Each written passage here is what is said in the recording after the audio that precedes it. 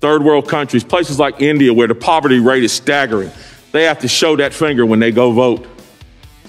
It's time that we modernize our election system in this country and stop playing all these silly games based on race.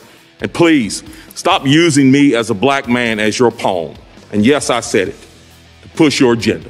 And the Lieutenant Governor from North Carolina, if you could help me understand, was the 13th, 14th, and 15th Amendments to the United States Constitution passed and moved by Republicans or Democrats?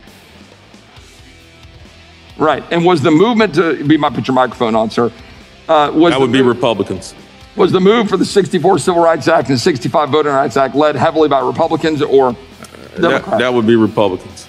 And so as we sit here today, and as we're being accused by many of our colleagues on the other side of the aisle of wanting to somehow perpetuate the Jim Crow South, when in fact what we're trying to do is perpetuate laws that you can believe in, that you've so eloquently discussed, do you see any merit in that whatsoever? Absolutely not. And if I have a moment just to add something. When you talk about that history is clear. Who stood on which side at every turn in history. It is clear. It's not even in dispute. And it's not in dispute now. What we want is integrity. We don't want power. We want integrity. We want the right thing to be done. We want to encourage citizens to be responsible. We want to have the best election system in the world. In the world. Third world countries, places like India where the poverty rate is staggering, they have to show that finger when they go vote. It's time that we modernize our election system in this country and stop playing all these silly games based on race. And please, stop using me as a black man as your pawn.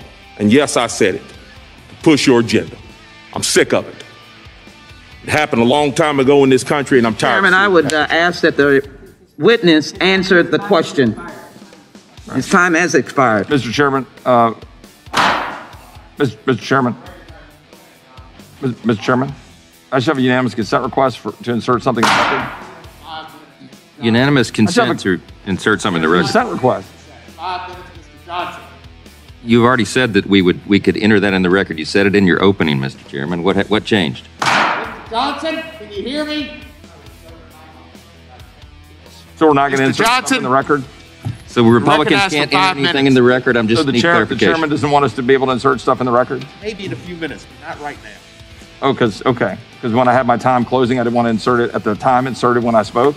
Mr. Johnson, we're going to go in proper order. You're recognized for 5 minutes.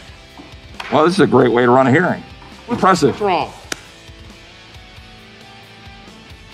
I think Mr. Johnson's video is frozen. Ms. Garcia, can you hear me? I guess you can't. Can you hear me?